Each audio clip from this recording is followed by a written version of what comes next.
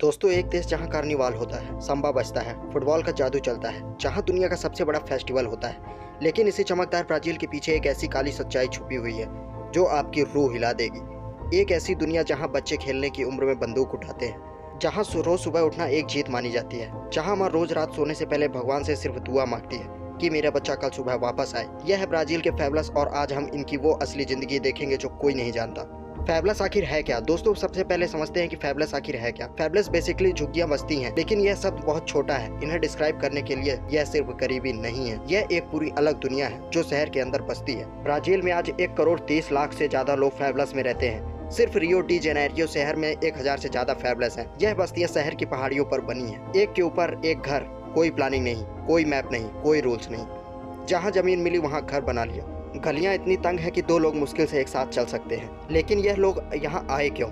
दोस्तों, इसकी कहानी बहुत पुरानी है। 1800 में जब ब्राजील में स्लेवरी खत्म हुई तो लाखों लोग के पास न घर था, न जमीन था, न पैसा था। वो शहरों की तरफ भागे, पहाड़ियों पर झोपड़ियां बनाई, और धीरे धीरे यह छोटी छोटी झोपड़ियां एक विशाल बस्ती बन गई। आज यह इतनी बड़ी है कि इन्हें हटाना लगभग इम्पॉसिबल है। इनकी रोज की जिंदगी दोस्तों कैसे है? दोस्तों, फेबला में सुबह होती है तो सबसे पहले यह चेक होता है कि रात की कोई गोली चली कि नहीं चली, क्योंकि यहाँ ड्रग्स गैंग का राज चलता है। हर फेबला का एक गैंग होता है और वह असली बॉस होता है। पुलिस से भी ज्यादा पावरफुल, सरकार से भी ज्यादा लोग। जो गैंग कहे वही लॉ होता है। एक घर में एवरेज 6 से 10 लोग रहते हैं। घर की दीवारें कच्ची ईंटों की है, जिन पर कभी प्लास्टर नहीं हुआ। छत टीन की है जो गर्मियों में तवे की तरह तपती है और बारिश में इतना शोर करती है कि बच्चे डर जाते हैं। बारिश में पानी घर के अंदर आ जाता है। बिजली है, लेकिन ज्यादातर इल्लीगली ली गई है। पानी हफ्ते में बस 2-3 बार आता है। खाने की बात करें तो यहाँ लोग मोस्टली राइस और बीन्स खाते हैं। यह ब्राजील का सबसे सस्ता खाना है। माँ सुबह उठकर सबसे पहले यह सोचती है आज घर में इतने पैसे हैं कि बच्चों को 2 वक्त का खाना दे सकूं या नहीं। यह सवाल हर रोज का है, हर सुबह का है। दोस्तों, जरा सोचो, हम सुबह उठकर सोचते हैं आज क्या खाएं, और वो सोचती है आज खाना में मिलेगा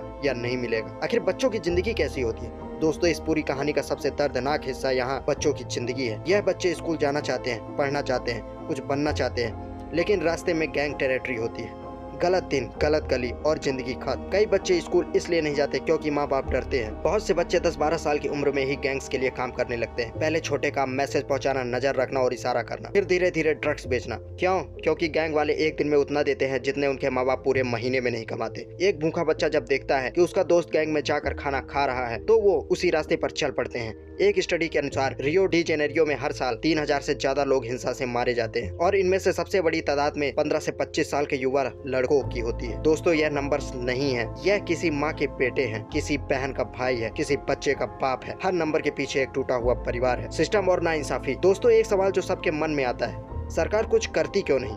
पुलिस नहीं है, करती है लेकिन बहुत कम करती है, और कभी कभी पुलिस खुद प्रॉब्लम बन जाती है। ब्राजील में पुलिस एनकाउंटर्स बहुत कंट्रोवर्शियल है। फेबलस में जब पुलिस रेड्स करती है तो कई बार इनोसेंट लोग भी मारे जाते हैं। एक तरफ गैंग्स का डर, दूसरी तरफ पुलिस का डर। इन लोगों के पास जाएं तो जाएं कहां? सरकारी स्कीम्स आती हैं, कागज पर बहुत अच्छी लगती हैं, लेकिन फेबला तक पहुंचते पहुंचते वो स्कीम्स या तो खत्म हो जाती हैं या करप्ट हो जाती हैं। यह लोग सिस्टम के बाहर हैं, जन्म से लेकर मौत तक। दोस्तों, यह गरीबी एक साइकिल है। बाप गरीब था, बेटा गरीब है, पोता भी गरीब होगा। इस साइकिल को तोड़ना बहुत मुश्किल है, लेकिन इम्पॉसिबल नहीं। आखिर उम्मीद की किरण है क्या? दोस्तों, इस अंधेरे में भी रोशनी है। फेबलस से निकले लोग ने दुनिया हिला दी है। रोनाल्डो, दुनिया के महान फुटबॉलर्स फेबलस से निकले। इन्होंने फुटबॉल को अपना रास्ता बनाया। फेबलस की गलियों में खेलते खेलते यह दुनिया के सबसे बड़े स्टेडियम्स तक पहुंचे। संबा म्यूजिक यहीं से निकला।